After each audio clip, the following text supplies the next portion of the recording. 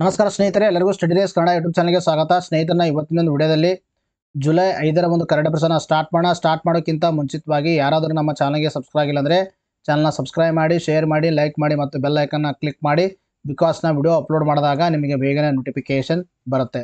ನೋಡಿ, ವಿಡಿಯೋನ ಸ್ಟಾರ್ಟ್ ಮಾಡೋಕ್ಕಿಂತ ಮುಂಚಿತವಾಗಿ ಒಂದು ಸ್ಮಾಲ್ ಅನೌನ್ಸ್ಮೆಂಟ್ ಏನಂದರೆ, ಜೂನ್ ಮಂತ್ ಮ್ಯಾಗ್ಝಿನ್ 2024 ರೆಡಿ ಆಗಿದೆ. ಅದರದ ಡೆಮೋನ ಇಲ್ಲಿ ತೋರಿಸ್ತಾ ಇದ್ದೀನಿ. ಯಾರು ನೀವು ಹೊಸಬರಿದ್ದೀರಿ, ಯಾರು ತೊಗೊಂಡಿಲ್ಲ ಅವರಿಗೆ this is the front page of our magazine. ಇದರಲ್ಲಿ ಪ್ರತಿಯೊಂದು ವಿಷಯವನ್ನು ಯಾವ ಥರ ನಾವು ನಿಮಗೆ ಕ್ಲಾಸಲ್ಲಿ ಕೊಡ್ತೀವಿ ಅದಕ್ಕಿಂತಲೂ ಹೆಚ್ಚಿನ ಇನ್ಫಾರ್ಮೇಷನ್ನು, ಇನ್ ಡೆಪ್ತ್ ಇನ್ಫಾರ್ಮೇಷನ್ನು ಮತ್ತು ಇನ್ನೇನೆಂದರೆ ಇವೆಲ್ಲವನ್ನು ಓದಾದ ಮೇಲೆ ನಿಮಗೆ ಪ್ರಾಕ್ಟೀಸ್ ಮಾಡೋಕ್ಕೆ ಸುಮಾರು 250ರಿಂದ 350ವರೆಗೆ MCQಗಳು ಸಿಗುತ್ತೆ. ಅವುಗಳು ಪ್ರಾಕ್ಟೀಸ್ ಮಾಡೋದ್ರಿಂದ ನಿಮಗೆ ಏನು ಬರುತ್ತೆ, ಕಾನ್ಫಿಡೆನ್ಸ್ ಬರುತ್ತೆ. ಅದಲ್ಲದೆ ಎಲ್ಲ ಒಂದು ಮಂತ್ದು ಒನ್ ಲೈನರ್ಸು, ಎಲ್ಲ ಒಂದು ಮಂತ್ದು ನಿಮಗೆ ಏನಂದರೆ MCQs ಏನಿದೆ ಅದೆಲ್ಲವನ್ನು ಈ ಮೆಟೀರಿಯಲಲ್ಲಿ ಕೊಡಲಾಗುತ್ತೆ. ಹಾಗಾದರೆ ಯಾರಾದರೂ ನೀವು ನಮ್ಮ ಚಾನಲ್ಗೆ ಹೊಸದಾಗಿ ಭೇಟಿ ನೀಡ್ತಾ ಇದ್ದರೆ ಇವುಗಳನ್ನು ಯಾವ ಥರ ಪಡೆದುಕೊಳ್ಳೋದು ಅಂತಕ್ಕಂಥ ನಿಮಗೆ ಏನಾದರೂ ಡೌಟ್ ಇದ್ದರೆ ಇಲ್ಲೆಲ್ಲ ಇನ್ಫಾರ್ಮೇಷನನ್ನು ಕೊಟ್ಟಿದ್ದೀವಿ. ಅರ್ಥ ಆಯ್ತಾ? ನಿಮಗೆ ಎಷ್ಟಾಗುತ್ತೆ ಅಂದರೆ 1 ಮಂತಿಗೆ 40 ರೂಪೀಸ್ ಆಗುತ್ತೆ. ಇನ್ನು 2023 ಜಾನ್ ಟು ಜೂನ್ 2024ವರೆಗೆ 720 ಆಗುತ್ತೆ. 2022 ಜಾನ್ ಟು ಜೂನ್ 2024ವರೆಗೆ 1200 ಆಗುತ್ತೆ. ಡಿಸ್ಕೌಂಟ್ ಆಗಿ 1100 ಸಿಗುತ್ತೆ. ಐದಾರು ಫೋನ್ಪೇ, ಗೂಗಲ್ ಪೇ, ಪೇಟಿಎಂ, ಭೀಮ್ ಮುಖಾಂತರ ನಂಬರ್ಗೆ ಪೇ ಮಾಡೋದನ್ನು ವಾಟ್ಸಪ್ ಅಥವಾ ಟೆಲಿಗ್ರಾಮ್ ಮುಖಾಂತರ ಪೇಮೆಂಟ್ ಮಾಡಿ ಸ್ಕ್ರೀನ್ಶಾಟ್ ಕಳಿಸ್ತೀರಿ. ನಮ್ಮ ನೋಟ್ಸ್ಗಳನ್ನು ಸಾಫ್ಟ್ ಫಾರ್ಮೆಟಲ್ಲಿ ಅಥವಾ PDF ಫಾರ್ಮೆಟಲ್ಲಿ ತಮಗೆ ನಾವೇನು ಮಾಡ್ತೀವಿ, ಪ್ರೊವೈಡ್ ಮಾಡ್ತೀವಿ. ನೋಡಿರಿ, 2 ಪಾಯಿಂಟ್ಸ್ಗಳನ್ನು ಇಲ್ಲಿ ನಿಮಗೆ ಕ್ಲಿಯರ್ ಮಾಡ್ತೀನಿ. ಕೆಲವೊಬ್ಬರು ನೀವು ಕರೆ ಮಾಡಿ ಕೇಳ್ತಾಯಿದ್ರು, ಟೆಕ್ಸ್ಟನ್ನು ಕೂಡ ಮಾಡ್ತಾಯಿದ್ರು, ಸರ್ ನೀವು ಪೇಮೆಂಟ್ ಮಾಡಿದರೆ ಕಳಿಸ್ತಾರೆ ಏನಂತ ಏನು ಗ್ಯಾರಂಟಿ? ನೋಡಿ, ಕಳೆದ 2 ವರ್ಷಗಳಿಂದ ನಿಮಗೋಸ್ಕರವಾಗಿ ಇಂಥ ಕ್ವಾಲಿಟಿ ಮೆಟೀರಿಯಲ್ಸ್ಗಳನ್ನು ಕೂಡ ಪ್ರೊವೈಡ್ ಮಾಡ್ತಾ ಇದ್ದೀವಿ ಮತ್ತು ನಿಮಗೆ ಫ್ರೀ ಆಫ್ ಕಾಸ್ಟಲ್ಲಿ ಇಂಥ ವೀಡಿಯೋಸ್ಗಳನ್ನು ಕೂಡ ಮಾಡ್ತಾ ಇದ್ದೀವಿ. ಯಾವುದೇ ಅನುಮಾನ ಬೇಡ, 100ಕ್ಕೆ 100 ನಿಮ್ಗೆ ಏನು ಮಾಡ್ತೀವಿ, ಕಳಿಸ್ತೀವಿ. ಒಂದೊಂದು ಕ್ಲಿಯರು. ಎರಡನೇ ಪಾಯಿಂಟ್ ಏನಂದರೆ, ಸರ್ ನಮಗೆ ಜನವರಿಯಿಂದ ಜೂನ್ 2024ವರೆಗೆ ಬೇಕಂದರೆ ಎಷ್ಟಾಗುತ್ತೆ ಅಂತ ಸುಮಾರು ಜನ ಕೇಳ್ತಾಯಿದ್ರು. ಅದು 240 ರೂಪೀಸ್ ಆಗುತ್ತೆ. ಅರ್ಥ ಆಯ್ತಾ? ಇನ್ನೊಂದು ಏನಂದರೆ, ಸರ್ ನಾವು ಯಾವ್ಯಾವ ಎಕ್ಸಾಮ್ಗಳಿಗೆ ಎಷ್ಟೆಷ್ಟು ಓದಬೇಕು ಅಂತಕ್ಕಂಥ ಕೇಳ್ತಾ ಇದ್ದೀರಾ. ನೋಡಿ, ನಿಮಗೆ ನಾನು ಪದೇ ಅದನ್ನೇ ಹೇಳ್ತಾ ಇದ್ದೀನಿ. ಯಾರು ನೀವು ಒಂದು ಕಳೆದ 2 ವರ್ಷ ಅಥವಾ 3 ವರ್ಷದಿಂದ ಈ ಫೀಲ್ಡಲ್ಲಿದ್ದೀರಿ ಅವ್ರಿಗೆ ಗೊತ್ತಾಗುತ್ತೆ KPSC ಎಷ್ಟು ಒಂದು ತಿಂಗಳದ ಕರೆಂಟ್ ಅಫೇರ್ಸ್ ಕೇಳುತ್ತೆ ಅಂತ. ಯಾಕಂದರೆ KPSC ಎಕ್ಸಾಮ್ ಅಂದರೆ 1 year to 1.5 year current affairs ಪಕ್ಕಾ ಕೇಳ್ತಾರೆ ನಿಮಗೆ ಗ್ರೂಪ್ C ಲೆವೆಲ್ ಎಕ್ಸಾಮಿನೇಷನ್ಗೆ. ಇನ್ನು ಗ್ರೂಪ್ A ಎಕ್ಸಾಮಿನೇಷನ್ ಇದ್ದರೆ ನಿಮಗೆ 2 ವರ್ಷದ current affair must and should ಕೇಳ್ತಾರೆ. ಅರ್ಥ ಆಯ್ತಾ? ಅದಕ್ಕೆ ನಾನು ಏನು ಹೇಳ್ತಾ ಇದ್ದೀನಿ, ನೀವೇನಾದರೂ ನಿಮಗೆ ಸಮಯ ಇದೆ PSIಗೋಸ್ಕರ ಅಥವಾ ಲ್ಯಾಂಡ್ ಸರ್ವೇರ್ಗೋಸ್ಕರ PDOಗೋಸ್ಕರ, VAOಗೋಸ್ಕರ ಓದ್ತಾಯಿದ್ರೆ ಈ ಸಬ್ಸ್ಕ್ರಿಪ್ಷನ್ ತೊಗೊಳ್ಳಿ. ನೀವೇನಾದರೂ KS ಓದ್ತಾಯಿದ್ರೆ ಇದು ತೊಗೊಳ್ಳಿ. ಅರ್ಥ ಆಯ್ತಾ? ನಿಮಗೆ ಯಾಕಂದರೆ 2 ವರ್ಷದ current affair must and should be read for KS prelims examination. Without reading current affairs you can't pass even prelims examination. This is a final. ಅರ್ಥ ಆಯ್ತಾ? ನಿಮ್ಗೆ ಗೊತ್ತಾಗುತ್ತೆ, ಯಾಕಂದರೆ ಕ್ವಶನ್ ಪೇಪರ್ ಪ್ರೀವಿಯಸ್ ತೆಗೆದು ನೋಡಿ, ಎಲ್ಲ ಕರೆಂಟ್ ಅಫೇರ್ಸ್ ಇರುತ್ತೆ. ಇನ್ನು ಎಕನಾಮಿಕ್ ಸರ್ವೆ ಪ್ಲಸ್ ಬಜೆಟನ್ನು ಓದ್ಕೊಳ್ಳಿ. ನೋಡಿ, ಸ್ಟಾರ್ಟ್ ಮಾಡೋಣ. ಮೊದಲನೇ ಪ್ರಶ್ನೆ ಕೇಳಿದರೆ, ಇತ್ತೀಚೆಗೆ ಕೇಂದ್ರ ಸರ್ಕಾರವು ಹೆಚ್ಚುವರಿ ರಾಷ್ಟ್ರೀಯ ಭದ್ರತಾ ಸಲಹೆಗಾರನಾಗಿ ಯಾರನ್ನು ನೇಮಕ ಮಾಡಿದೆ ಅಂತ ಪ್ರಶ್ನೆಯನ್ನು ಕೇಳಿದ್ದಾರೆ. ಅದಕ್ಕೆ ಸರಿಯಾಗಿರ್ತಕ್ಕಂಥ ಉತ್ತರ ಇಲ್ಲೇ ನಿಮಗೆ ಸ್ಕ್ರೀನ್ ಮೇಲೆ ಕೊಟ್ಟಿದ್ದಾರೆ ನೋಡಿ. ಹೆಚ್ಚುವರಿ ಸಲಹೆಗಾರನಾಗಿ ರಾಜೇಂದರ್ ಖನ್ನಾ ಅವರನ್ನು ನೇಮಕ ಮಾಡಲಾಗಿರ್ತಕ್ಕಂಥದ್ದು. ಎರಡನೇ ಆಪ್ಷನ್ ಇದಕ್ಕೆ ಸರಿಯಾಗಿರ್ತಕ್ಕಂಥ ಉತ್ತರವಾಗಿದೆ. ಆಯ್ತಾ? ಇಲ್ಲಿ ನೋಡಿ, ನಿಮಗೆ ಅವ್ರು ಏನು ಕೇಳಿದಾರೆ, ರಾಷ್ಟ್ರೀಯ ಭದ್ರತಾ ಸಲಹೆಗಾರ ಅಂತ ಕೇಳಿಲ್ಲ, ಹೆಚ್ಚುವರಿ ರಾಷ್ಟ್ರೀಯ ಒಂದು ಭದ್ರತಾ ಸಲಹೆಗಾರ ಅಂತ ಕೇಳಿದ್ದಾರೆ, ಅಡಿಷನಲ್ ಕೇಳಿದ್ದಾರೆ. ಆಯ್ತಾ? ಸೊ ಇದಕ್ಕೆ ಸರಿಯಾಗಿರ್ತಕ್ಕಂಥ ಉತ್ತರ ಅದು ರಾಜೇಂದ್ರ ಖನ್ನಾ. ನಿಮಗೆ ಏನಾದರೂ ಭದ್ರತಾ ಸಲಹೆಗಾರನಾಗಿ ಯಾರು ಆಯ್ಕೆ ಆಗಿದ್ರೆ ಇತ್ತೀಚೆಗೆ ಅಂದರೆ ಅಜಿತ್ ಡೋಭಲ್ ಅಂತಕ್ಕಂಥದ್ದು ಸರಿಯಾಗುತ್ತೆ ಅವಾಗ. ಆಯ್ತಾ? ಇವೆರಡೂ ಸ್ಪಷ್ಟತೆ ನಮ್ಮ ತಲೆಯಲ್ಲಿ ಇರಬೇಕು. ಹೆಚ್ಚುವರಿಯಾಗಿ ಯಾರಿಗೆ ನೇಮಕ ಮಾಡಲಾಗಿದೆ, ಆಮೇಲೆ ಯಾರು ನಮ್ಮ ರಾಷ್ಟ್ರೀಯ ಭದ್ರತಾ ಸಲಹೆಗಾರರಿದ್ದಾರೆ ಇದು ಗೊತ್ತಿರಬೇಕು. ಆಮೇಲೆ ನಿಮಗೆ ಗೊತ್ತಿರಲಿ ಏನಂದರೆ, ಹೆಚ್ಚುವರಿ ರಾಷ್ಟ್ರೀಯ ಭದ್ರತಾ ಸಲಹೆಗಾರರು this is the first time ಹೆಚ್ಚುವರಿ ರಾಷ್ಟ್ರೀಯ ಭದ್ರತಾ ಸಲಹೆಗಾರನಾಗಿ ಆಯ್ಕೆಯನ್ನು ಮಾಡಲಾಗಿರ್ತಕ್ಕಂಥದ್ದು. ಇದು ಸ್ಪಷ್ಟತೆ ಇರಲಿ. ಕೇಂದ್ರ ಸರ್ಕಾರವು ಇದೇ ಮೊದಲ ಬಾರಿಗೆ ಹೆಚ್ಚುವರಿ ರಾಷ್ಟ್ರೀಯ ಭದ್ರತಾ ಸಲಹೆಗಾರ ಮತ್ತು ಉಪ ರಾಷ್ಟ್ರೀಯ ಸಲಹೆಗಾರ ನೇಮಕ ಮಾಡಿ ಆದೇಶವನ್ನು ಹೊರಡಿಸಿರ್ತಕ್ಕಂಥದ್ದು. This is the first time. ಆಯ್ತಾ? ಹೆಚ್ಚುವರಿ ರಾಷ್ಟ್ರೀಯ ಭದ್ರತಾ ಸಲಹೆಗಾರರಾಗಿ ರಾಜೇಂದರ್ ಖನ್ನಾ ಮತ್ತು ಉಪ ಭದ್ರತಾ ಸಲಹೆಗಾರರಾಗಿ TV ರವಿಚಂದ್ರನ್ ಅವರನ್ನ ನೇಮಿಸಲಾಗಿದೆ. ಹೆಚ್ಚುವರಿ ರಾಷ್ಟ್ರೀಯ ಭದ್ರತಾ ಸಲಹೆಗಾರ ಹುದ್ದೆ ಮೊದಲಿನಿಂದಲೂ ಅದನ್ನು ಸದಾ ಖಾಲಿ ಇಡುತ್ತಲೇ ಬರಲಾಗಿತ್ತು. ಅರ್ಥಾತ್ ಕಂಟಿನ್ಯೂಸ್ ಆಗಿ ಏನಾಗಿತ್ತು ಅಂದರೆ ಆ ಒಂದು ಪೋಸ್ಟನ್ನು ವೇಕೆಂಟ್ ಇಡಲಾಗಿತ್ತು ಇಲ್ಲಿವರೆಗೆ. ಬಟ್ ಈಗ 2024ರಲ್ಲಿ ಏನು ಒಂದು ನ್ಯೂ ಗೌರ್ಮೆಂಟ್ ಫಾರ್ಮೇಷನ್ ಆಗಿದೆ. ನ್ಯೂ ಗೌರ್ಮೆಂಟ್ ಫಾರ್ಮೇಷನ್ ಆದಮೇಲೆ ಈ ಒಂದು ರಾಷ್ಟ್ರೀಯ ಸಲಹೆಗಾರನಾಗಿ ಅಜಿತ್ ಡೋಭಲ್ ಅವರನ್ನು ನೇಮಕ ಮಾಡಿದ ತಕ್ಷಣ ಮತ್ತೆರಡು ವೇಕೆನ್ಸಿಗಳನ್ನು ಯಾವುದಂದರೆ, ಒಂದು ಹೆಚ್ಚುವರಿ, ಹೆಚ್ಚುವರಿ, ಇನ್ನೊಂದು ಉಪ ರಾಷ್ಟ್ರೀಯ ಸಲಹೆಗಾರ ಅಂತ ನೇಮಕ ಮಾಡಿದರೆ. ಉಪ ರಾಷ್ಟ್ರೀಯ ಸಲಹೆಗಾರರಂತ ಯಾರಿಗೆ ಟಿ.ವಿ. ರವಿಚಂದ್ರನ್ ಅಂತಕ್ಕಂಥವ್ರಿಗೆ ನೇಮಕ ಮಾಡಿದರೆ, ಇನ್ನ ಈ ಒಂದು ಹೆಚ್ಚುವರಿ ರಾಷ್ಟ್ರೀಯ ಸಲಹೆಗಾರನಾಗಿ ಖನ್ನಾ ಅವರನ್ನ ನೇಮಕ ಮಾಡಲಾಗಿರ್ತಕ್ಕಂಥದ್ದು. ಇನ್ನು ಈ ಕೆಲವರು ಕೇಳ್ತಾರೆ, ಸರ್ ಈ ನ್ಯೂಸ್ ಹಿನ್ನೆಲೆ ಯಾಕೆ ಕೊಟ್ಟಿಲ್ಲ ನೀವು? ನೋಡಿ, not necessary. Where is the background information is necessary, we are compulsory provided ಅಥವಾ ನಾವೇನ್ ಮಾಡ್ತೀವಿ, ಕೊಟ್ಟೇ ಕೊಡ್ತೀವಿ. ಇದಕ್ಕೆ ನೀವೇನು ರಾಷ್ಟ್ರೀಯ ಸಲಹೆಗಾರನ ಕ್ವಾಲಿಫಿಕೇಶನ್ ಏನು ಇದೆ ನಿಮ್ಮ ಎಕ್ಸಾಮ್ ಅಲ್ಲಿ ಕೇಳಲ್ಲ. ಅರ್ಥ ಆಯ್ತಾ? These are the executive body, not the constitutional post. ಅರ್ಥ ಆಯ್ತಾ? ಎಸ್, ನೆಕ್ಸ್ಟ್ ನೋಡಿ ನೆಕ್ಸ್ಟ್ ಪ್ರಶ್ನೆ ಇಂಪಾರ್ಟೆಂಟು. ಆಲ್ರೆಡಿ ನಿಮ್ಮ ಎಕ್ಸಾಮ್ ಅಲ್ಲಿ ಕೇಳಿದ್ದಾರೆ ಇದು. ನಾವು ಕೂಡ ಸೇಮ್ ಪ್ರಶ್ನೆ ಪ್ರೀವಿಯಸ್ ಕ್ಲಾಸಲ್ಲಿ ಎಕ್ಸ್ಪ್ಲೇನ್ ಮಾಡಿದ್ವಿ, ಅದೇ ಪ್ರಶ್ನೆ ಇಲ್ಲಿ ಹಾಕಿದೀವಿ. ಅರ್ಥ ಆಯ್ತಾ? ಯುರೋ ವಲಯವನ್ನ ಸೇರಿದ ಇತ್ತೀಚಿನ ದೇಶ ಯಾವುದು ಅಂತ ಪ್ರಶ್ನೆಯನ್ನ ಕೇಳಿದರೆ, ಅದಕ್ಕೆ ಸರಿಯಾಗಿರ್ತಕ್ಕಂಥ ಉತ್ತರ ಕ್ರೊಯೇಷಿಯಾ ಇದಕ್ಕೆ ಸರಿಯಾಗಿರ್ತಕ್ಕಂಥ ಉತ್ತರವಾಗಿದೆ. ಇಂಪಾರ್ಟೆಂಟ್ ಆಗಿರ್ತಕ್ಕಂಥ ಪ್ರಶ್ನೆ ಇದು. ಮತ್ತು ನಿಮಗೆ KE ಎಕ್ಸಾಮಿನೇಷನ್ ಅಲ್ಲಿ ಕೇಳಿದರು ಮತ್ತು KPSC ಎಕ್ಸಾಮಿನೇಷನ್ ಅಲ್ಲಿ ಕೇಳಿದರು. ಆಯ್ತಾ? ಈ ಪ್ರಶ್ನೆ ಇತ್ತೀಚೆಗೆ ಯುರೋ ವಲಯಕ್ಕೆ ಸೇರಿದ ದೇಶ ಯಾವುದು ಅಥವಾ ಯೂರೋ ಝೋನ್ಗೆ ಸೇರಿದ ದೇಶ ಯಾವುದು ಅಂತ ಕೇಳಿದರೆ ಅದು ಕ್ರೊಯೇಷಿಯಾ ಇದಕ್ಕೆ ಸರಿಯಾಗಿರ್ತಕ್ಕಂಥ ಉತ್ತರ. ಇದು 2023ರಲ್ಲಿ ಈ ಒಂದು ಯೂರೋ ಝೋನ್ವನ್ನ ಸೇರಿಕೊಂಡಿರ್ತಕ್ಕಂಥದ್ದು. ಆಯ್ತಾ? ಯೂರೋ ಝೋನ್ವನ್ನ ಸೇರಿಕೊಂಡಿರ್ತಕ್ಕಂಥದ್ದು ಕ್ರೊಯೇಷಿಯಾ. ಹಾಗಾದ್ರೆ ಇದ್ರ ಮೇಲೆ ಇವತ್ತು ಯಾಕೆ ಮತ್ತೆ ಪ್ರಶ್ನೆಯನ್ನು ಕೇಳಿದ್ದೇನೆ ಅಂದ್ರೆ, ನೋಡಿ, ಹಂಗೇರಿ ಬೆಲ್ಜಿಯಂನಿಂದ 6 ತಿಂಗಳ ಅವಧಿಗೆ ಕೌನ್ಸಿಲ್ ಆಫ್ ಯುರೋಪಿಯನ್ ಯೂನಿಯನ್ ಅಧ್ಯಕ್ಷ ಸ್ಥಾನವನ್ನು ವಹಿಸಿಕೊಂಡಿದೆ. ಹಂಗೇರಿಯು ಬೆಲ್ಜಿಯಂನಿಂದ, ಆಯ್ತಾ, ಮೊದಲು ಬೆಲ್ಜಿಯಂ ಇತ್ತು, ಈಗ ಹಂಗೇರಿ ಏನ್ ಮಾಡ್ಕೊಂಡಿದೆ ಅಂದ್ರೆ ಅದರ ಅಧ್ಯಕ್ಷತೆಯನ್ನು ವಹಿಸ್ಕೊಂಡಿದೆ. ಅಂದ್ರೆ ಕೌನ್ಸಿಲ್ ಆಫ್ ಯುರೋಪಿಯನ್ ಯೂನಿಯನ್ ಅದು ಅಧ್ಯಕ್ಷತೆ ಪ್ರಸ್ತುತ ವಹಿಸ್ಕೊಂಡಿದೆ ಯಾವುದು? ಹಂಗೇರಿ. ಇದು ಗೊತ್ತಿರಬೇಕು ನಿಮಗೆ, ಇತ್ತೀಚೆಗೆ ಎಕ್ಸಾಮ್ ಅಲ್ಲಿ ಕೇಳ್ತಾರೆ ಡೈರೆಕ್ಟ್ ಆಗಿ. ಕೌನ್ಸಿಲ್ ಆಫ್ ಯುರೋಪಿಯನ್ ಯೂನಿಯನ್ ಅಧ್ಯಕ್ಷ ಸ್ಥಾನ ವಹಿಸಿಕೊಂಡ ದೇಶ ಯಾವುದು? That is Hungary. ಇನ್ನು ಹಂಗೇರಿ ಯುಎ ಅಧ್ಯಕ್ಷತೆ ಒಂದು ಧ್ಯೇಯವಾಕ್ಯ ಏನಾಗಿತ್ತು ಅಂದ್ರೆ ಮೇಕ್ ಯುರೋಪ್ ಗ್ರೇಟ್ ಅಗೇನ್ ಅಂತಕ್ಕಂಥದ್ದು. ಹಂಗೇರಿ ಏನಿದೆ ಯೂರೋ ಝೋನ್ದ ಒಂದು ಅಧ್ಯಕ್ಷತೆಯನ್ನು ವಹಿಸಿಕೊಂಡಿದೆ, ಅಥವಾ ಯುರೋಪಿಯನ್ ಯೂನಿಯನ್ ಏನು ಅಧ್ಯಕ್ಷತೆಯನ್ನು ವಹಿಸಿಕೊಂಡಿದೆ, ಅಥವಾ ಕೌನ್ಸಿಲ್ ಆಫ್ ಯುರೋಪಿಯನ್ ಯೂನಿಯನ್ ಅಧ್ಯಕ್ಷತೆ ಏನು ವಹಿಸಿಕೊಂಡಿದೆ, ಸೊ ಅಧ್ಯಕ್ಷತೆ ವಹಿಸಿಕೊಂಡಾಗ ಒಂದು ಧ್ಯೇಯವಾಕ್ಯ ಇರುತ್ತೆ. ಯಾಕಂದ್ರೆ ನಮ್ಮದು ನಾವೇನು G20 ಒಂದು ವಹಿಸ್ಕೊಂಡಾಗ ವಸುದಕಂ ಕುಟುಂಬ ಇದಿತ್ತಲ್ಲ, ಒಂದು ವಸುದೈಕಂ ಕುಟುಂಬಂ ಅದೇನಿತ್ತಲ್ಲ, ಸೊ ಅದೇ ತರನಾಗಿ ಇಲ್ಲಿ ಮೇಕ್ ಯುರೋಪ್ ಗ್ರೇಟ್ ಅಗೇನ್ ಅಂತಕ್ಕಂಥದ್ದು. 2004ರಲ್ಲಿ ಯುಎಗೆ ಸೇರ್ಪಡೆಗೊಂಡ ನಂತರ ಹಂಗೇರಿಯು ಕೌನ್ಸಿಲ್ನ ಅಧ್ಯಕ್ಷ ಸ್ಥಾನವನ್ನು 2ನೇ ಬಾರಿಗೆ ವಹಿಸಿಕೊಂಡಿದೆ. ಮೊದಲ ಬಾರಿಗೆ 2011 ಮೊದಲಾರ್ಧದಲ್ಲಿ ಅಧ್ಯಕ್ಷತೆಯನ್ನು ವಹಿಸಿಕೊಂಡಿತ್ತು. This is the second time. ಅರ್ಥಾಯ್ತಾ? ಯುರೋಪಿಯನ್ ಯೂನಿಗೆ ಸೇರ್ಕೊಂಡ ನಂತರ ಹಂಗೇರಿ ವಹಿಸ್ಕೊಂಡಿದ್ದು ಸೆಕೆಂಡ್ ಟೈಮು. 2011ರಲ್ಲಿ ಕೂಡ ಅಧ್ಯಕ್ಷತೆಯನ್ನು ವಹಿಸ್ಕೊಂಡಿತ್ತು. ಈಗ 2024ರಲ್ಲಿ ಏನ್ ಮಾಡಿದೆ, ಮತ್ತೆ ಈ ಒಂದು ಯುರೋಪಿಯನ್ ಯೂನಿಯನ್ ಅಲ್ಲಿ ಕೆಲಸ ಮಾಡ್ತಕ್ಕಂಥ ಒಂದು ಬಾಡಿ ಯಾವ್ದು, ಕೌನ್ಸಿಲ್ ಆಫ್ ಯುರೋಪಿಯನ್ ಯೂನಿಯನ್ ನ ಒಂದು ಅಧ್ಯಕ್ಷತೆಯನ್ನು ವಹಿಸಿಕೊಂಡಿರ್ತಕ್ಕಂಥದ್ದು. ಹಂಗೇರಿಯು 2025 ಜನವರಿ 1ರಂದು ಪೋಲೆಂಡ್ಗೆ ಅಧ್ಯಕ್ಷ ಸ್ಥಾನವನ್ನು ಹಸ್ತಾಂತರಿಸುತ್ತದೆ ಮತ್ತು ಪೋಲೆಂಡ್ ಅಧ್ಯಕ್ಷತೆ ಜೂನ್ 2025ರವರೆಗೆ ಇರುತ್ತದೆ. ಗೊತ್ತಿರಬೇಕು ನಿಮಗೆ ಏನಂದ್ರೆ 2024ರಲ್ಲಿ ಏನು ವಹಿಸ್ಕೊಂಡಿದೆ, ಹಂಗೇರಿ ವಹಿಸ್ಕೊಂಡಿದೆ. ಸೊ ಇದರ ಅವಧಿ ಎಲ್ಲಿವರೆಗೆ ಇರುತ್ತೆ ಅಂತಕ್ಕಂಥ ಗೊತ್ತಿರಬೇಕು. 2025 ಜನವರಿವರೆಗೆ ಇರುತ್ತೆ. ಆಯ್ತಾ? ಇನ್ನು ಜೂನ್ 2025ಕ್ಕೆ ವಹಿಸ್ಕೊಳ್ಳೋದು ನೆಕ್ಸ್ಟ್ ರಾಷ್ಟ್ರ ಯಾವುದಂದ್ರೆ ಪೋಲೆಂಡ್ ಅಂತಕ್ಕಂಥದ್ದು. ಇವನು ಕೂಡ ಎಕ್ಸಾಮ್ ಅಲ್ಲಿ ಕೇಳ್ತಾರೆ ನಿಮಗೆ ಸ್ಪೆಸಿಫಿಕ್ ಆಗಿ. ಅಂದ್ರೆ ಈ ತರ ಫ್ಯಾಕ್ಟ್ಸ್ಗಳು ಯಾಕೆ ನಿಮ್ಮ ಎಕ್ಸಾಮ್ ಅಲ್ಲಿ KS ಅಲ್ಲಿ ಕೇಳಬಹುದು ಅಂತ ನಿಮಗೆ ಹೇಳ್ತೀನಿ. ಅಂದ್ರೆ ನಾನು ಅವ್ರೇನ್ ಚೆಕ್ ಮಾಡ್ತಾರೆ ಅಂದ್ರೆ ನಿಮಗೆ ಎಷ್ಟು ಕರೆಂಟ್ ಒಂದು ಜ್ಞಾನ ಇದೆ ಅನ್ನೋದು, ಎಷ್ಟು ಒಂದು ಡೇ ಟು ಡೇ ಆಕ್ಟಿವಿಟಿ ನೀವು ಅಬ್ಸರ್ವ್ ಮಾಡ್ತೀರಿ ಅನ್ನೋದಕ್ಕೋಸ್ಕರ ಇಂಥ ಪ್ರಶ್ನೆಗಳನ್ನು ಕೂಡ ನಿಮ್ಮ ಎಕ್ಸಾಮ್ ಅಲ್ಲಿ ಕೇಳಲಾಗುತ್ತೆ. ಎಸ್, ನೋಡಿ, ಯುರೋಪಿಯನ್ ಯೂನಿಯನ್ ಬಗ್ಗೆ ನಾವು ಡಿಸ್ಕಷನ್ ಮಾಡಲಿಲ್ಲ ಅಂದ್ರೆ ಈ ನ್ಯೂಸ್ ಏನಾಗುತ್ತೆ, ಅಪರಿಪೂರ್ಣವಾಗುತ್ತೆ. ಸೊ ಡಿಸ್ಕಷನ್ ಮಾಡೋಣ. ಐರೋಪ್ಯ ಒಕ್ಕೂಟವು ಅಥವಾ ಯುರೋಪಿಯನ್ ಯೂನಿಯನ್ ಯುರೋಪ್ನಲ್ಲಿರುವ 27 ರಾಜಕೀಯ ಮತ್ತು ಆರ್ಥಿಕ ಒಕ್ಕೂಟವಾಗಿದೆ. 27 ಸದಸ್ಯ ರಾಷ್ಟ್ರಗಳನ್ನು ಹೊಂದಿರತಕ್ಕಂಥ ಒಂದು ಸಂಘಟನೆ ಯಾವುದು? ಯುರೋಪಿಯನ್ ಯೂನಿಯನ್ ಅಂತಕ್ಕಂಥದ್ದು. ನವೆಂಬರ್ 1, 1993ರಂದು ಜಾರಿಗೆ ಬಂದ ಒಂದು ಮ್ಯಾಸ್ಟ್ರಿಚ್ ಒಪ್ಪಂದದಿಂದ ಯುರೋಪಿಯನ್ ಯೂನಿಯನ್ ಅನ್ನ ಸ್ಥಾಪಿಸಲಾಯಿತು. ಇಂಪಾರ್ಟೆಂಟ್ ಆಗಿರ್ತಕ್ಕಂಥದ್ದು. ಯಾವ ಒಂದು ಒಪ್ಪಂದ ಮೂಲಕ ಇದು ಸ್ಥಾಪನೆ ಆಯ್ತಂದ್ರೆ ಮ್ಯಾಸ್ಟ್ರಿಚ್ ಅಂತಕ್ಕಂಥ ಒಪ್ಪಂದ ಮೂಲಕ ಸ್ಥಾಪನೆ ಆಗೋದು 1993ರಂದು. ಈ ಒಂದು ಯುರೋಪಿಯನ್ ತನ್ನದೇ ಆದ ಒಂದು ಯೂರೋ ಕರೆನ್ಸಿ ಹೊಂದಿದೆ. ಇದನ್ನು 20 ದೇಶಗಳು ಮತ್ತು ತಮ್ಮ ಅಧಿಕೃತ ಕರೆನ್ಸಿಯಾಗಿ ಬಳಸುತ್ತವೆ. 7 ರಾಷ್ಟ್ರಗಳು ಯೂರೋವನ್ನು ಬಳಸುವುದಿಲ್ಲ. This is very very important. ನಿಮಗೆ ಸ್ಟೇಟ್ಮೆಂಟ್ ಬೇಸ್ಡ್ ಪ್ರಶ್ನೆ ಯಾವ ತರ ಕೇಳೋದಂದ್ರೆ, ಕೆಳಗಿನಗಳ ಹೇಳಿಕೆಯು ಯುರೋಪಿಯನ್ ಯೂನಿಯನ್ ಸಂಬಂಧಪಟ್ಟಂತೆ ಯಾವುದು ಸರಿಯಾಗಿದೆ, ಯಾವುದು ಸರಿಯಾಗಿಲ್ಲ ಅಂತ ಕೇಳ್ತಾರೆ. ಆ ಸಂದರ್ಭದಲ್ಲಿ ಈ ತರ ಪ್ರಶ್ನೆಯನ್ನು ಕೇಳಬಹುದು. ಯುರೋಪಿಯನ್ ಯೂನಿಯನ್ ಎಲ್ಲಾ ಸದಸ್ಯ ರಾಷ್ಟ್ರಗಳು ಯೂರೋವನ್ನು ತಮ್ಮ ಅಧಿಕೃತ ಕರೆನ್ಸಿಯಾಗಿ ಬಳಸ್ತಾ ಇದಾವೆ. ರಾಂಗ್ ಆಗುತ್ತೆ. ಯಾಕಂದ್ರೆ ಕೇವಲ 20 ದೇಶಗಳು ಮಾತ್ರ ಯೂರೋವನ್ನು ತನ್ನ ಅಧಿಕೃತ ಕರೆನ್ಸಿಯಾಗಿ ಬಳಸ್ಕೊತಾವ. ಇನ್ನು 7 ರಾಷ್ಟ್ರಗಳು ಅಧಿಕೃತ ಒಂದು ಕರೆನ್ಸಿಯಾಗಿ ಅದನ್ನ ಬಳಸಲ್ಲ. Very important. ಯುರೋಪ್ನಲ್ಲಿ ಆರ್ಥಿಕ ಮತ್ತು ರಾಜಕೀಯ ಸ್ಥಿರತೆಯನ್ನು ಹೆಚ್ಚಿಸಲು ಅದರ ಸದಸ್ಯ ರಾಷ್ಟ್ರಗಳ ನಡುವೆ ಸಹಕಾರ ಮತ್ತು ಏಕೀಕರಣವನ್ನು ಉತ್ತೇಜನ ಮಾಡುವಗೋಸ್ಕರ ಈ ಒಂದು ಯುರೋಪಿಯನ್ ಅಂತಕ್ಕಂಥ ಸಂಸ್ಥೆಯನ್ನ ಸ್ಥಾಪನೆಯನ್ನ ಮಾಡಲಾಗಿರ್ತಕ್ಕಂಥದ್ದು ದಟ್ ಇಸ್ 1993 ಮತ್ತು ಮ್ಯಾಸ್ಟ್ರಿಚ್ ಒಪ್ಪಂದದ ಪ್ರಕಾರ. ಕ್ರೊಯೇಷಿಯಾ 2013ರಲ್ಲಿ ಯುರೋಪಿಯನ್ ಯೂನಿಯನ್ಗೆ ಸೇರಿಕೊಂಡಿರ್ತಕ್ಕಂಥ 27ನೇ ಸದಸ್ಯ ರಾಷ್ಟ್ರವಾಗಿ ಸೇರಿತು.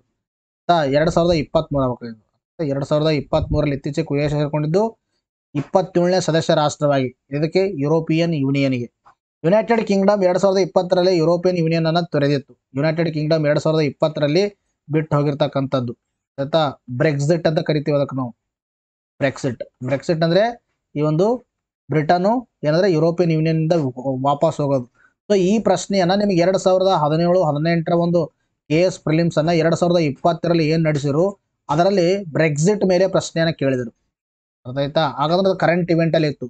ಸೊ ಈಗ ನಿಮಗೆ ಏನ್ ಕೇಳ್ಬೋದು, ಕರೆಂಟ್ ಇವೆಂಟ್ ಅಲ್ಲಿ ಇರೋದು ಕ್ರೊಯೇಷಿಯಾ ಎಷ್ಟನೇ ರಾಷ್ಟ್ರವಾಗಿದೆ, 2023ರಲ್ಲಿ ಸೇರಿಕೊಂಡ ರಾಷ್ಟ್ರ ಯಾವುದು, ಮತ್ತೆ ಯುರೋಪಿಯನ್ ಯೂನಿಯನ್ ಬಗ್ಗೆ ಹಿನ್ನೆಲೆ ಇನ್ಫಾರ್ಮೇಶನ್ ಕೇಳಬಹುದು. ಯಾವ ಒಪ್ಪಂದ, ಎಷ್ಟು ಸದಸ್ಯ ರಾಷ್ಟ್ರಗಳಿವೆ, ಆಮೇಲೆ ಯಾವ ಕರೆನ್ಸಿಯನ್ನು ಎಷ್ಟು ಅದನ್ನ ಅಧಿಕೃತವಾಗಿ ಬಳಸ್ಕೊಳ್ತಾ ಇದ್ದೇವೆ, ಈ ತರ ಪ್ರಶ್ನೆಗಳೆಲ್ಲ.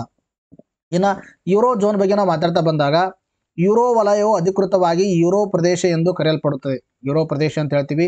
ಇದನ್ನ ಯೂರೋವನ್ನು ತಮ್ಮ ರಾಷ್ಟ್ರೀಯ ಕರೆನ್ಸಿಯಾಗಿ ಸಂಪೂರ್ಣವಾಗಿ ಸಂಯೋಜಿಸಿರುವ ಎಲ್ಲಾ ಯುರೋಪಿಯನ್ ಯೂನಿಯನ್ ದೇಶಗಳು ಒಳಗೊಂಡಿರುವ ಒಂದು ಭೌಗೋಳಿಕ ಮತ್ತು ಆರ್ಥಿಕ ಪ್ರದೇಶವಾಗಿದೆ. It is one of the geographical economic territory. ಅರ್ಥ ಯಾವುದು ಜಿಯೋಗ್ರಾಫಿಕ್ ಮತ್ತು ಎಕನಾಮಿಕ್ ಟೆರಿಟರಿ, ದೋಸ್ ಕಂಟ್ರೀಸ್, ಯಾವ ಕಂಟ್ರೀಸ್ಗಳು ಯೂರೋ ಕರೆನ್ಸಿಯನ್ನ ಅಳವಡಿಸ್ಕೊಂಡಿದೆ ನೋಡ್ರಿ, ಅದಕ್ಕೆ ಏನು ಕರಿತೀವಿ ನಾವು ಯೂರೋ ಜೋನ್ ಅಂತ ಕರಿತೀವಿ.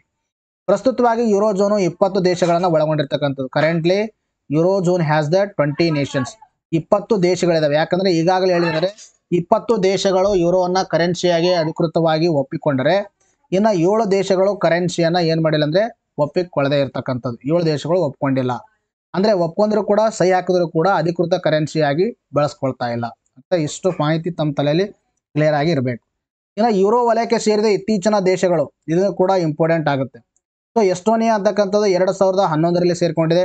ಇನ್ನು ಲಟ್ವಿಯಾ ಅಂತಕ್ಕಂಥದ್ದು 2014ರಲ್ಲಿ ಸೇರ್ಕೊಂಡಿದೆ. ಇನ್ನು ಲಿಥುವಿಯಾ ಅಂತಕ್ಕಂಥದ್ದು 2015ರಲ್ಲಿ ಸೇರ್ಕೊಂಡ್ರೆ, ಕ್ರೊಯೇಷಿಯಾ ಅಂತಕ್ಕಂಥದ್ದು 2023ರಲ್ಲಿ ಸೇರ್ಕೊಂಡಿರ್ತಕ್ಕಂಥದ್ದು. ಇದರ ಮೂಲಕ ಒಟ್ಟಾರೆ ದೇಶಗಳ ಸಂಖ್ಯೆ ಎಷ್ಟಾಗಿದೆ ಅಂದ್ರೆ 27 ದೇಶಗಳು ಯುರೋಪಿಯನ್ ಯೂನಿಯನ್ಗೆ ಸೇರ್ಕೊಂಡದಾಗಿದೆ. ನಿಮ್ಮ ಎಕ್ಸಾಮ್ ಅಲ್ಲಿ ಏನ್ ಕೇಳ್ತಾರೆ ಅಂದ್ರೆ 2, 3, 4 ಅಂತ ಹಿಂಗೆ ಆಪ್ಷನ್ ಕೊಟ್ಬಿಟ್ಟು ಎಸ್ಟೋನಿಯಾ ಮುಂದೆ ಡೇಟ್ ಕೊಡಬಹುದು, ಲಿಥುವೇನಿಯಾ ಬಗ್ಗೆ ಡೇಟ್ ಕೊಡಬಹುದು, ಇನ್ನು ತದನಂತರ ಲಿಥುವೇನಿಯಾ ಬಗ್ಗೆ ಕೇಳಬಹುದು, ಇನ್ನು ಕ್ರೊಯೇಷಿಯಾ ಬಗ್ಗೆ ಕೇಳಬಹುದು. ಅರ್ಥ ಆಯ್ತಾ? ಇಲ್ಲಿ ನಿಮಗೆ ಡೇಟ್ ಕೊಟ್ಟಾಗ ರೀಸೆಂಟ್ ಯಾವ ಇದಾವೆ ಅಂತಕ್ಕಂಥದ್ದು ಗೊತ್ತಿರಬೇಕು ಮತ್ತು ಎಷ್ಟನೇ ರಾಷ್ಟ್ರ ಅಂತ ಗೊತ್ತಿರಬೇಕು. ಕ್ರೊಯೇಷಿಯಾ 27ನೇ ರಾಷ್ಟ್ರವಾದರೆ ಲಿಥುವೇನಿಯಾ ಇದು 26ನೇ ರಾಷ್ಟ್ರವಾಗುತ್ತೆ. ಇನ್ನು 25ನೇ ರಾಷ್ಟ್ರ ಯಾವ್ದಾಗುತ್ತೆ, ಲಟ್ವಿಯಾ ಅಂತಕ್ಕಂಥದ್ದಾಗುತ್ತೆ. ಇನ್ನು 24ನೇ ರಾಷ್ಟ್ರ ಆಗುತ್ತೆ ಎಸ್ಟೋನಿಯಾ ಅಂತಕ್ಕಂಥದ್ದಾಗುತ್ತೆ. These are the very important information. ಮುಂದೆ ಬರ್ತಕ್ಕಂಥ ನೀವು PS ಆಗಿರ್ಬೋದು, PDO ಆಗಿರ್ಬೋದು, ಇನ್ನು ಯಾರು group B, group A examination ಓದ್ತಾ ಇದ್ರೆ ಇದು ಇಂಪಾರ್ಟೆಂಟ್ ಆಗುತ್ತೆ. ಎಸ್, ನೆಕ್ಸ್ಟ್ ನೋಡಿ ನೆಕ್ಸ್ಟ್ ಪ್ರಶ್ನೆ ಕೇಳಿದ್ರೆ, ಸ್ಮಾರ್ಟ್ ಸಿಟಿ ಮಿಷನ್ ಪ್ರಾರಂಭಿಸಿದ ವರ್ಷ ಯಾವುದು ಅಂತ ಪ್ರಶ್ನೆಯನ್ನು ಕೇಳಿದ್ದಾರೆ.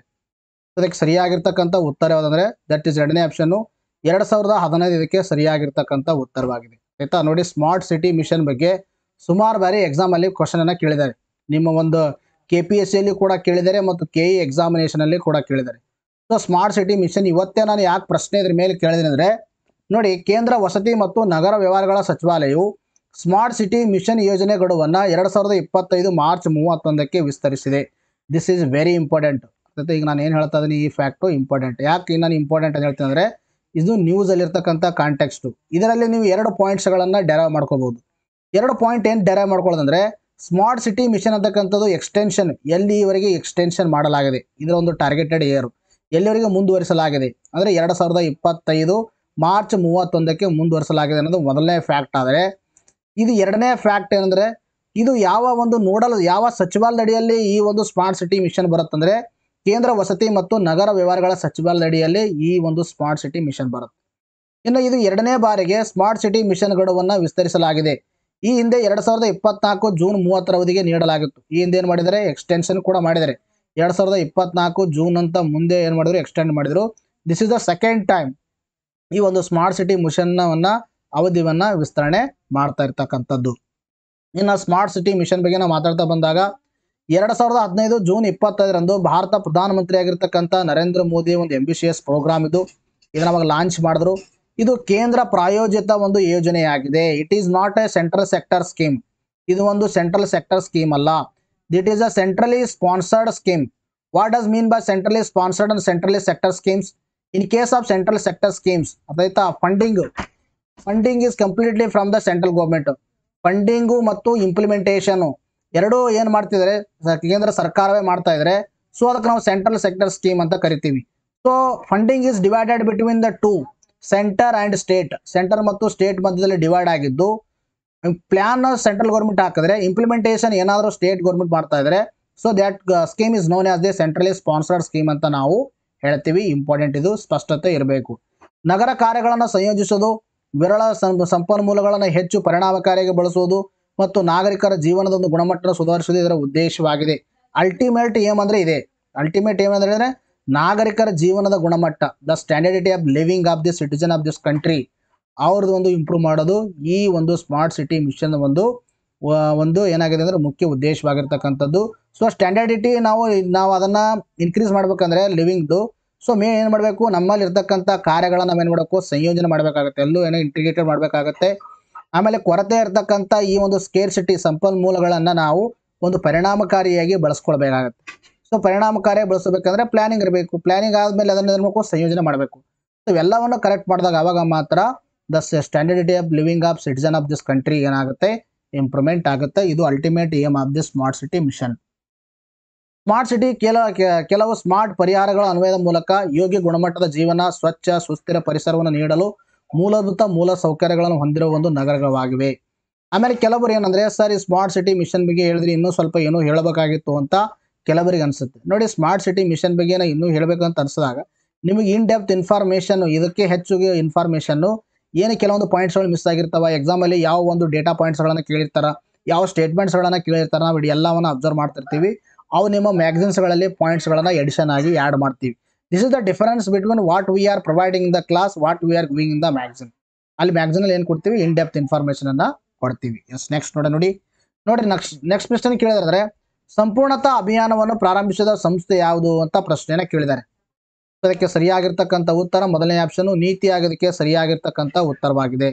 ಅರ್ಥ ಆಯ್ತಾ? ಇಲ್ಲಿ ನೀತಿ ಆಗ ಏನಂತ ಹೇಳ್ತೀವಿ ಅಂದರೆ national institution for transforming India ಅಂತ ಹೇಳ್ತೀವಿ. It is one of the ಏನಂದರೆ ಒಂದು ಥಿಂಕ್ ಟ್ಯಾಂಕ್ ಇನ್ ಇಂಡಿಯಾ. ಇದಕ್ಕೆ ಥಿಂಕ್ ಟ್ಯಾಂಕ್ ಅಂತಲೂ ಕೂಡ ನಾವು ಕರಿತೀವಿ. ಇತ್ತೀಚೆಗೆ ಏನು ಮಾಡಿದೆ, ಈ ಅಭಿಯಾನವನ್ನು ಹಾಕಿಕೊಂಡಿರ್ತಕ್ಕಂಥದ್ದು. ಇದರ ಬಗ್ಗೆ ಡಿಸ್ಕಷನ್ ಮಾಡೋಣ. ನೋಡಿ, ನೀತಿ ಆಯೋಗ ಜುಲೈ 4ರಂದು ಸಂಪೂರ್ಣತಾ ಅಭಿಯಾನವನ್ನು ಪ್ರಾರಂಭಿಸಿದೆ. ಜುಲೈ 4ರಿಂದ ಸೆಪ್ಟೆಂಬರ್ 30ರವರೆಗೆ ನಡೆಯುವ ಈ ಸಮಗ್ರ 3 ತಿಂಗಳ ಅಭಿಯಾನವು ಎಲ್ಲ ಮಹತ್ವಾಕಾಂಕ್ಷೆಯ ಜಿಲ್ಲೆಗಳು ಮತ್ತು ಬ್ಲಾಕ್ಗಳಾದಂಥ 12 ಪ್ರಮುಖ ಸಾಮಾಜಿಕ ವಲಯದ ಸೂಚಕಗಳ ಶೇಕಡ 100% ಶುದ್ಧತ್ವವನ್ನು ಸಾಧಿಸುವ ಗುರಿಯನ್ನು ಹೊಂದಿರತಕ್ಕಂಥದ್ದು. ಒಟ್ಟಾರೆಯಾಗಿ ಎಷ್ಟಂದರೆ 12 ಬ್ಲಾಕ್ಗಳು ಅಂದರೆ ಎಲ್ಲ ಮಹತ್ವಾಕಾಂಕ್ಷಿ ಜಿಲ್ಲೆಗಳು ಮತ್ತು ಬ್ಲಾಕ್ಗಳಾದಂಥ 12 ಪ್ರಮುಖ ಸಾಮಾಜಿಕ ವಲಯದ ಆಯ್ತಾ, ಅಂದರೆ 12 ಸೂಚಕಗಳ ಮೇಲೆ ಶೇಕಡ 100% ಶುದ್ಧತ್ವವನ್ನು ಸಾಧಿಸುವ ಗುರಿಯನ್ನು ಹೊಂದಿರತಕ್ಕಂಥದ್ದು. ಯಾವುದು ಇದು ಸಂಪೂರ್ಣ ಅಭಿಯಾನ ಒಂದು ಕಾರ್ಯಕ್ರಮ ಏನು ಹಾಕ್ಕೊಂಡಿದೆ, ಯಾವುದು national institution for transforming India, that is NITI Aayog. ಇಂದ ಆಸ್ಪಿರೇಷನಲ್ ಡಿಸ್ಟ್ರಿಕ್ಟ್ ಪ್ರೋಗ್ರಾಮ್, ಇದು ಇಂಪಾರ್ಟೆಂಟ್, ಎಕ್ಸಾಮಲ್ಲಿ ಸುಮಾರು ಬಾರಿ ಕೇಳಿದರೆ. What does mean by aspirational district programme? NITI Aayog ಅಡಿಯಲ್ಲಿ 2018ರಲ್ಲಿ ಈ ಒಂದು ಆಸ್ಪಿರೇಷನಲ್ ಡಿಸ್ಟ್ರಿಕ್ಟ್ ಪ್ರೋಗ್ರಾಮ್ ಅನ್ನು ಪ್ರಾರಂಭ ಮಾಡಲಾಗಿದೆ. ಈಗ ಇತ್ತೀಚೆಗೆ ಆಸ್ಪಿರೇಷನಲ್ ಬ್ಲಾಕ್ ಪ್ರೋಗ್ರಾಮ್ ಅಂತಾನೂ ಕೂಡ ಸ್ಟಾರ್ಟ್ ಮಾಡಿದ್ದಾರೆ. ಅದ್ರ ಬಗ್ಗೆ ನಾವು ಪ್ರೀವಿಯಸ್ ಕ್ಲಾಸಲ್ಲಿ ಕೂಡ ಹೇಳಿದ್ದೀವಿ, ನ್ಯೂಸಲ್ಲಿ ಕಾಣಿಸ್ಕೊಂಡಾಗ. ದೇಶಾದ್ಯಂತ 112 ಜಿಲ್ಲೆಗಳನ್ನು ತ್ವರಿತವಾಗಿ ಮತ್ತು ಪರಿಣಾಮಕಾರಿಯಾಗಿ ಪರಿವರ್ತಿಸುವ ಗುರಿಯನ್ನು ಹೊಂದಿದೆ. ಎಷ್ಟು ಒಂದು ಜಿಲ್ಲೆಗಳನ್ನು ಇದರಲ್ಲಿ ಟಾರ್ಗೆಟ್ ಮಾಡಲಾಗುತ್ತದೆ? ದೇಶದಲ್ಲಿ 112 ಜಿಲ್ಲೆಗಳನ್ನು ಟಾರ್ಗೆಟ್ ಮಾಡಲಾಗುತ್ತೆ. ಇದು 5 ವಿಷಯಗಳ ಮೇಲೆ ಕೇಂದ್ರೀಕರಣಗೊಳಿಸುತ್ತೆ. ಏನಂದರೆ ಅಲ್ಲಿ ಇರ್ತಕ್ಕಂಥ ಒಂದು ಆರೋಗ್ಯ ಯಾವ ಥರ ಇದೆ ಆ ಒಂದು ಜಿಲ್ಲೆಯಲ್ಲಿ, ಮತ್ತು ಪೋಷಣೆ ನ್ಯೂಟ್ರಿಷನ್ ಯಾವ ಥರ ಕೊಡ್ತಾ ಇದ್ದಾರೆ, ಅಲ್ಲಿ ಶಿಕ್ಷಣ ಯಾವ ಥರ ಇದೆ, ಕೃಷಿ ಯಾವ ಥರ ಇದೆ, ಜೊತೆಗೆ ಜಲ ಸಂಪನ್ಮೂಲ, ಈ 3 ಒಂದು ಪ್ರಮುಖವಾಗಿರ್ತಕ್ಕಂಥ ವಿಷಯದ ಮೇಲೆ ಫೋಕಸ್ ಮಾಡಿಬಿಟ್ಟು ಆಸ್ಪಿರೇಷನಲ್ ಡಿಸ್ಟ್ರಿಕ್ಟ್ ಪ್ರೋಗ್ರಾಮನ್ನು ಹಾಕಿಕೊಳ್ಳಲಾಗಿರ್ತಕ್ಕಂಥದ್ದು. ಇನ್ನು ಇಲ್ಲಿ ನೋಡಿ, ಇಲ್ಲಿ ಆರ್ಥಿಕ ಸೇರ್ಪಡೆ ಅಂತಕ್ಕಂಥದ್ದು ಇದೆ, ಕೌಶಲ್ಯ ಅಭಿವೃದ್ಧಿ ಮತ್ತು ಮೂಲ ಸೌಕರ್ಯ ಅಭಿವೃದ್ಧಿಯು 81 ಸೂಚಕ ಮೇಲೆ ಪ್ರಗತಿಯನ್ನು ಎಳೆಯಲಾಗುತ್ತೆ. ಇಲ್ಲಿ ನೋಡಿ ಏನಂದರೆ 5 ವಿಷಯಗಳ, ನಿಮಗೆ ಏನು ಹೇಳಿದೆ ಅಂದರೆ ನಾನು 3 ವಿಷಯ ಅಂತ ಹೇಳಿದೆ.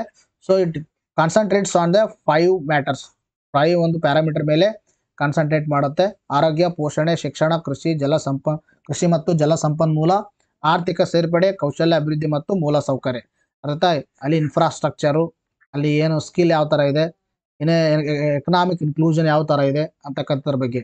ಅಭಿವೃದ್ಧಿಯು 81 ಸೂಚಕಗಳ ಮೇಲೆ ಪ್ರಗತಿಯನ್ನು ಅಳೆಯಲಾಗುತ್ತೆ. ಅಲ್ಲಿ ಅಂತರ ಪ್ರಗತಿ ಯಾವ ಥರ ಆಗಿದೆ ಅನ್ನೋದು ಟೋಟಲ್ 81 ಒಂದು ಇಂಡಿಕೇಟರ್ಸ್ಗಳನ್ನು ಬಳಸಲಾಗುತ್ತೆ.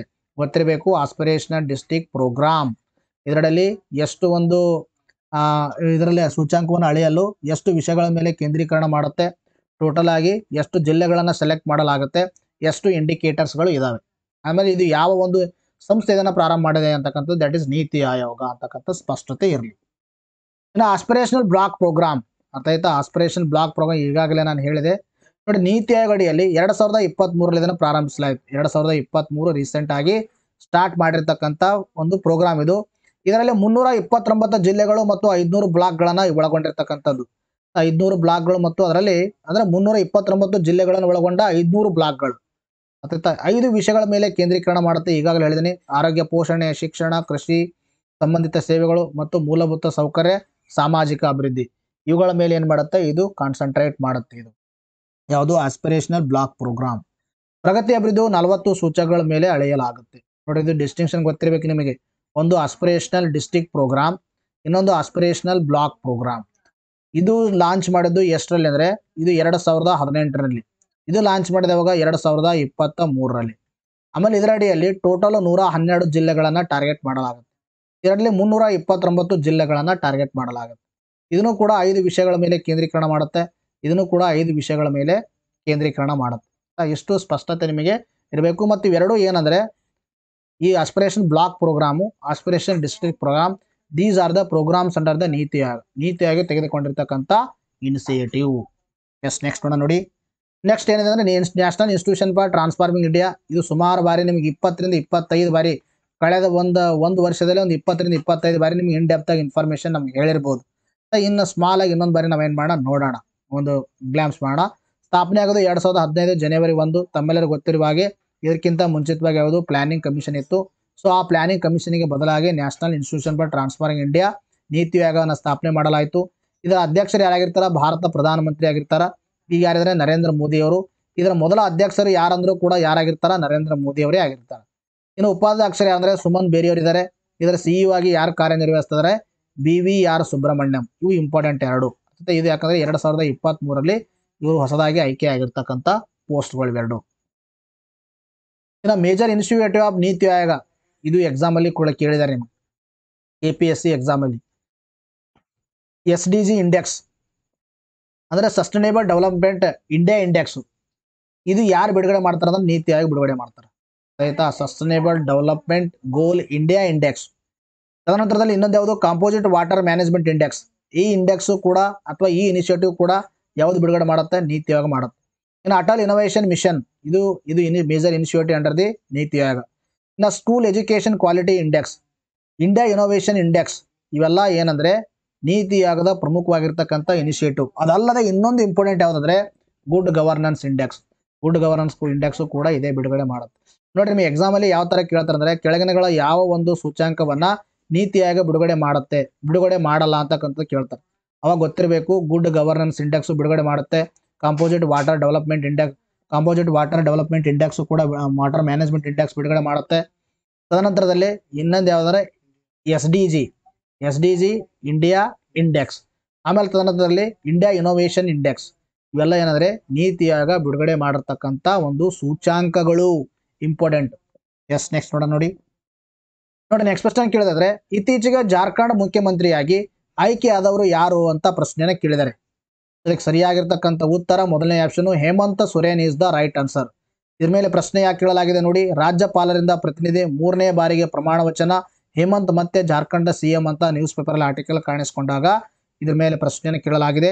ಇನ್ನು ಮುಖ್ಯಮಂತ್ರಿ ಬಗ್ಗೆ ಅರ್ಥ ಆಯ್ತಾ, ಇವರು ಅಧಿಕಾರಾವಧಿ ಎಷ್ಟು, ಇದರವರು ವಯಸ್ಸು ಎಷ್ಟು, ಯಾವ ತರ ಆಯ್ಕೆ ಮಾಡಲಾಗುತ್ತೆ ಅಂತಕ್ಕಂಥದ್ದು we are discussed multiple times in the previous ಕ್ಲಾಸ್ಗಳಲ್ಲಿ ಏನು ಮಾಡಿದೆ, ನಾವು ಡಿಸ್ಕಷನ್ ಮಾಡಿದೀವಿ. ಅರ್ಥ ಆಯ್ತಾ. ಈಗ ನಾವೇನ್ ಮಾಡೋಣ, ನ್ಯೂಸ್ ಅಲ್ಲಿ ಇರ್ತಕ್ಕಂಥ ಕಾಂಟೆಕ್ಸ್ಟ್ ಅನ್ನ ಡಿಸ್ಕಷನ್ ಮಾಡೋಣ. ಜಾರ್ಖಂಡ್ ಮುಖ್ಯಮಂತ್ರಿಯಾಗಿ 3ನೇ ಬಾರಿ ಜಾರ್ಖಂಡ್ ಒಂದು ಮುಕ್ತಿ ಮೋರ್ಚಾ JMM ಪಕ್ಷದ ನಾಯಕ ಹೇಮಂತ್ ಸೊರೇನ್ ಪ್ರಮಾಣ ವಚನ ಸ್ವೀಕರಿಸಿದ್ದಾರೆ. JM ಕಾಂಗ್ರೆಸ್ ಮತ್ತು ರಾಷ್ಟ್ರೀಯ ಜನತಾದಳ RJD ಒಂದು ಮೈತ್ರಿಕೂಟ ಹೇಮಂತ್ ಮತ್ತೆ CM ಆಗಲು ಒಪ್ಪಿಗೆಯನ್ನು ಸೂಚಿಸಿದೆ. ಆಯ್ತಾ. ಇವ್ರೇನಾಗಿ ಈಗ ಏನಂದ್ರೆ ಕಾಂಗ್ರೆಸ್ ಮತ್ತು RJD ಏನ್ ಮಾಡಿದರೆ ಇವರಿಗೆ ಬೆಂಬಲವನ್ನು ಸೂಚಿಸಿ ಇವರಿಗೆ ಏನ್ ಮಾಡಿದ್ದಾರೆ ಅಂದ್ರೆ ಮತ್ತೆ CM ಆಗಿ ಆಯ್ಕೆ ಮಾಡುವಲ್ಲಿ ಪ್ರಮುಖ ಪಾತ್ರವನ್ನು ವಹಿಸಿದ್ದಾರೆ. 81 ಸದಸ್ಯ ಬಲದ ಜಾರ್ಖಂಡ್ ವಿಧಾನಸಭೆಯ ಅವಧಿಯು 2025 ಜನವರಿ 5ಕ್ಕೆ ಕೊನೆಯಾಗಲಿದೆ. ಅಲ್ಲಿವರೆಗೆ ಇವ್ರು ಏನಂತಾರ, ಮುಂದಿನ ಒಂದು ಮುಖ್ಯಮಂತ್ರಿಯಾಗಿ ಇವರೇ ಕಾರ್ಯನಿರ್ವಹಿಸ್ತಾರ ಅಂತಕ್ಕಂಥದ್ದು ಗೊತ್ತಿರಲಿ. ನೂತನ CM ಹೇಮಂತ್ ಸೊರೇನ್ ಅವರಿಗೆ 5 ಅಥವಾ 6 ತಿಂಗಳ ಅಧಿಕಾರಾವಧಿ ಸಿಗಲಿದೆ. ಇನ್ನು ಉಳಿದಿರೋದು ಅಷ್ಟೇ ತಾನೇ ನೆಕ್ಸ್ಟ್ ಇಯರ್ ಬರ್ಬೇಕಂದ್ರೆ. ನೋಡಿ ನೆಕ್ಸ್ಟ್ ಪ್ರಶ್ನೆ ಕೇಳಿದ್ರೆ, ಪೆರಿಸೇಬಲ್ ಸರಕುಗಳನ್ನು ರಫ್ತು ಮಾಡುವಲ್ಲಿ ದೇಶದ ಮೊದಲ ವಿಮಾನ ನಿಲ್ದಾಣ ಎಂಬ ಹೆಗ್ಗಳಿಕೆ ಪಾತ್ರವಾದ ವಿಮಾನ ನಿಲ್ದಾಣ ಯಾವುದು ಅಂತ ಪ್ರಶ್ನೆನೇ ಕೇಳಿದರೆ, ಅದಕ್ಕೆ ಸರಿಯಾಗಿರ್ತಕ್ಕಂಥ ಉತ್ತರ ಯಾವುದಂದ್ರೆ ಕೆಂಪೇಗೌಡ. ಪೆರಿಸೇಬಲ್ ಸರಕುಗಳ ರಫ್ತಿನಲ್ಲಿ ಕೆಂಪೇಗೌಡ ಅಂತಾರಾಷ್ಟ್ರೀಯ ಅಗ್ರಸ್ಥಾನ. ಕೆಂಪೇಗೌಡ ಅಂತಾರಾಷ್ಟ್ರೀಯ ವಿಮಾನ ನಿಲ್ದಾಣ ಏನಾಗಿದೆ, ಮೊದಲ ಸ್ಥಾನವನ್ನು ಪಡೆದುಕೊಂಡಿದೆ. ಎಲ್ಲಿಂದ್ರೆ ಪೆರಿಸೇಬಲ್ ಗೂಡ್ಸ್ಗಳನ್ನು ರಫ್ತು ಮಾಡುವಲ್ಲಿ. ಕೆಂಪೇಗೌಡ ಅಂತಾರಾಷ್ಟ್ರೀಯ ವಿಮಾನ ನಿಲ್ದಾಣ ಮಾಂಸ, ಹಣ್ಣು, ತರಕಾರಿ, ಹೂ ಸೇರಿದಂತೆ ಬೇಗ ಹಾಳಾಗುವ ಅಂದರೆ ಬೇಗ ಹಾಳಾಗ್ತಕ್ಕಂಥವು ಏನು ಕರಿತೀವಿ ನಾವು ಪೆರಿಸೇಬಲ್ ಗೂಡ್ಸ್ ಅಂತ ಕರಿತೀವಿ. ಸರಕುಗಳನ್ನು ರಫ್ತು ಮಾಡುವಲ್ಲಿ ದೇಶದ ಮೊದಲ ವಿಮಾನ ನಿಲ್ದಾಣ ಎಂಬ ಹೆಗ್ಗಳಿಕೆಗೆ ಸತತ 4ನೇ ವರ್ಷವೂ ಪಾತ್ರವಾಗಿದೆ. ಮೊದಲ ವಿಮಾನ ನಿಲ್ದಾಣ ಇಟ್ ಮೀನ್ಸ್ ದ್ಯಾಟ್ ಅಂದರೆ ಶ್ರೇಯಾಂಕದಲ್ಲಿ ಮೊದಲ ಸ್ಥಾನ ಪಡೆದುಕೊಂಡಿದೆ. ಅತಿ ಹೆಚ್ಚು ಪೆರಿಸೇಬಲ್ ಗೂಡ್ಸ್ಗಳನ್ನು ರಫ್ತು ಮಾಡುವಲ್ಲಿ ಕೆಂಪೇಗೌಡ ಅಂತಾರಾಷ್ಟ್ರೀಯ ವಿಮಾನ ನಿಲ್ದಾಣ ಮೊದಲ ಸ್ಥಾನ ಪಡೆದುಕೊಂಡಿರ್ತಕ್ಕಂಥದ್ದು. 2023-24ನೇ ಸಾಲಿನ ಆರ್ಥಿಕ ವರ್ಷದಲ್ಲಿ 63,188 ಮೆಟ್ರಿಕ್ ಟನ್ ಪೆರಿಸೇಬಲ್ ಸರಕುಗಳನ್ನು ರಫ್ತು ಮಾಡಿ ಅಂದರೆ ಕೆಂಪೇಗೌಡ ಅಂತಾರಾಷ್ಟ್ರೀಯ ವಿಮಾನ ನಿಲ್ದಾಣ ಈ ದಾಖಲೆಯನ್ನ ಮಾಡಿರ್ತಕ್ಕಂಥದ್ದು. ಹಿಂದಿನ ಆರ್ಥಿಕ ವರ್ಷಕ್ಕೆ ಹೋಲಿಸಿದರೆ ಶೇಕಡ 18ರಷ್ಟು ಏನಾಗಿದೆ, ಏರಿಕೆ ಕಂಡಿದೆ. ಈ ಸರಕುಗಳ ರಫ್ತಿನಲ್ಲಿ ದೇಶದ ಶೇಕಡ 28ರಷ್ಟು ಮತ್ತು ದಕ್ಷಿಣ ಭಾರತದಲ್ಲಿ ಶೇಕಡ 44ರಷ್ಟು ಇದು ಪಾಲು ಹೊಂದಿದೆ. ನೋಡಿ, ದೇಶದಲ್ಲಿ ಶೇಕಡ 28ರಷ್ಟು ಪೆರಿಸೇಬಲ್ ಗೂಡ್ಸ್ ಅಲ್ಲ, ಆದರೆ ದಕ್ಷಿಣ ಭಾರತದಲ್ಲಿ 44% ಕಾಂಟ್ರಿಬ್ಯೂಷನ್ ಮಾಡುತ್ತೆ ಅಲೋನ್ ದಿಸ್ ಇಂಟರ್ನ್ಯಾಷನಲ್ ಏರ್ಪೋರ್ಟ್. 2023-24ರಲ್ಲಿ ಕೋಳಿ ಸಂಬಂಧಿತ ಉತ್ಪನ್ನಗಳ ರಫ್ತಿನಲ್ಲಿ ಪ್ರಥಮ ಸ್ಥಾನ ಪಡೆದಿರುವ ಈ ಒಂದು ಕೆಂಪೇಗೌಡ ಅಂತಾರಾಷ್ಟ್ರೀಯ ವಿಮಾನ ನಿಲ್ದಾಣ 47,041 ಮೆಟ್ರಿಕ್ ಟನ್ ಕೋಳಿ ಉತ್ಪನ್ನಗಳ ರಫ್ತು ಮಾಡಿತ್ತು. ಅವಾಗಲೂ ಕೂಡ ಫಸ್ಟ್ ಸ್ಥಾನನ ಪಡೆದುಕೊಂಡಿತ್ತು. ಇದರಲ್ಲಿ ದೀಸ್ ಆರ್ ನಾಟ್ ರಿಕ್ವೈರ್ಡ್. ಅರ್ಥ, ಡೇಟಾ ಪಾಯಿಂಟ್ ಅನ್ನು ಅವಶ್ಯಕತೆ ಇಟ್ಕೋಬೇಡಿ. ನೋಡಿ ನೆಕ್ಸ್ಟ್ ಒನ್ಲೈನ್ಸ್ ಮೊದಲನೇ ಪ್ರಶ್ನೆ, ಇತ್ತೀಚೆಗೆ ಡಿ ಸ್ಕೋಪ್ ಅವರು ಯಾವ ದೇಶದ ಒಂದು ಪ್ರಧಾನಮಂತ್ರಿಯಾಗಿ ನೇಮಕಗೊಂಡಿದ್ದಾರೆ ಅಂತ ಕೇಳಿದರೆ ಅದಕ್ಕೆ ಸರಿಯಾಗಿರ್ತಕ್ಕಂಥ ಉತ್ತರ Netherlands is the right answer. Bharat Mongolia military ವ್ಯಾಯಾಮ 16ನೇ ಆವೃತ್ತಿ ಅಲೆಮಾರಿ ಆನೆ ನ್ಯೂಮ್ಯಾಡಿಕ್ ಎಲಿಫೆಂಟ್ ಅಂತ ಕರಿತೀವಿ. ಕನ್ನಡದಲ್ಲಿ ಟ್ರಾನ್ಸ್ಲೇಟ್ ಮಾಡಿದ್ರೆ ಹಿಂಗೆ ಆಗುತ್ತದೆ, ನ್ಯೂಮ್ಯಾಡಿಕ್ ಎಲಿಫೆಂಟು ಎಲ್ಲಿ ನಡೆದಿದೆ ಅಂದರೆ ಉಮ್ರಾಯ್, ಮೇಘಾಲಯ. ಸುದ್ದಿಯಲ್ಲಿ ಕಂಡುಬರುವ ಕಡಿಮೆ ಆವೃತ್ತಿದ ಅರೆ ಲೋಫಾರ್ನ ಪ್ರಾಥಮಿಕ ಉದ್ದೇಶವೇನು ಅಂತ ಕೇಳಿದರೆ ಇದಕ್ಕೆ ಸರಿಯಾಗಿರ್ತಕ್ಕಂಥ ಉತ್ತರ ಕಡಿಮೆ ರೇಡಿಯೋ ತರಂಗಗಳಲ್ಲಿ ಬ್ರಹ್ಮಾಂಡವನ್ನು ವೀಕ್ಷಣೆ ಮಾಡೋದು. ಸುದ್ದಿಯಲ್ಲಿ ಕಂಡುಬರುವ ಸೆನ್ನಾ ಸೆಪ್ಟಕಬಿಲಿಸ್ ಎಂದರೇನು ಅಂತ ಪ್ರಶ್ನೆ ಕೇಳಿದರೆ ಇದಕ್ಕೆ ಸರಿಯಾಗಿರ್ತಕ್ಕಂಥ ಉತ್ತರ ಆಕ್ರಮಣಕಾರಿ ಸಸ್ಯ. ಇತ್ತೀಚೆಗೆ ಸುದ್ದಿಯಲ್ಲಿ ಕಂಡುಬರುವ ಡೌನ್ ಸಿಂಡ್ರೋಮ್ ಎಂದರೇನೆಂದರೆ ಹೆಚ್ಚುವರಿ ಕ್ರೋಮೋಸೋಮ್ ಅಥವಾ ಕ್ರೋಮೋಸೋಮ್ ಈ ಉಂಟಾಗುವ ಒಂದು ಸ್ಥಿತಿ. ಇದು ಇದಕ್ಕೆ ಗೊತ್ತಿರಲಿ, ಇಂಪಾರ್ಟೆಂಟು. ಈ ಒನ್ಲೈನರ್ಸ್ಗಳು ಈ ಒನ್ಲೈನರ್ಸ್ಗಳಲ್ಲಿ ಕೆಲವೊಂದು ಬಾರಿ ಏನಾಗಿದೆ ಅಂದರೆ ನಿನ್ನೆ ಏನು ಮಾಡಿದೆ ಒನ್ಲೈನರ್ಸ್ ಇದರಲ್ಲಿ ಕೆಲವೊಂದು ರಿಪೀಟ್ ಆಗಿದ್ದಾವೆ. ಸೊ ನೆಕ್ಸ್ಟ್ ಟೈಮಲ್ಲಿ ಈ ಥರ ಆಗಲ್ಲ. ನೆಕ್ಸ್ಟ್ ಬೇರೆ MCQಸ್ಗಳನ್ನ ಒನ್ಲೈನ್ಸ್ಗಳನ್ನು ಹಾಕ್ತೀವಿ. ಎಸ್, ಇವತ್ತಿಗೆ ಉಡೋಣ ಮುಗಿಸೋಣ, ಮತ್ತೆ ಮುಂದಿನ ವಿಡಿಯೋದಲ್ಲಿ ಭೇಟಿಯಾಗೋಣ. Thank you friends, take care.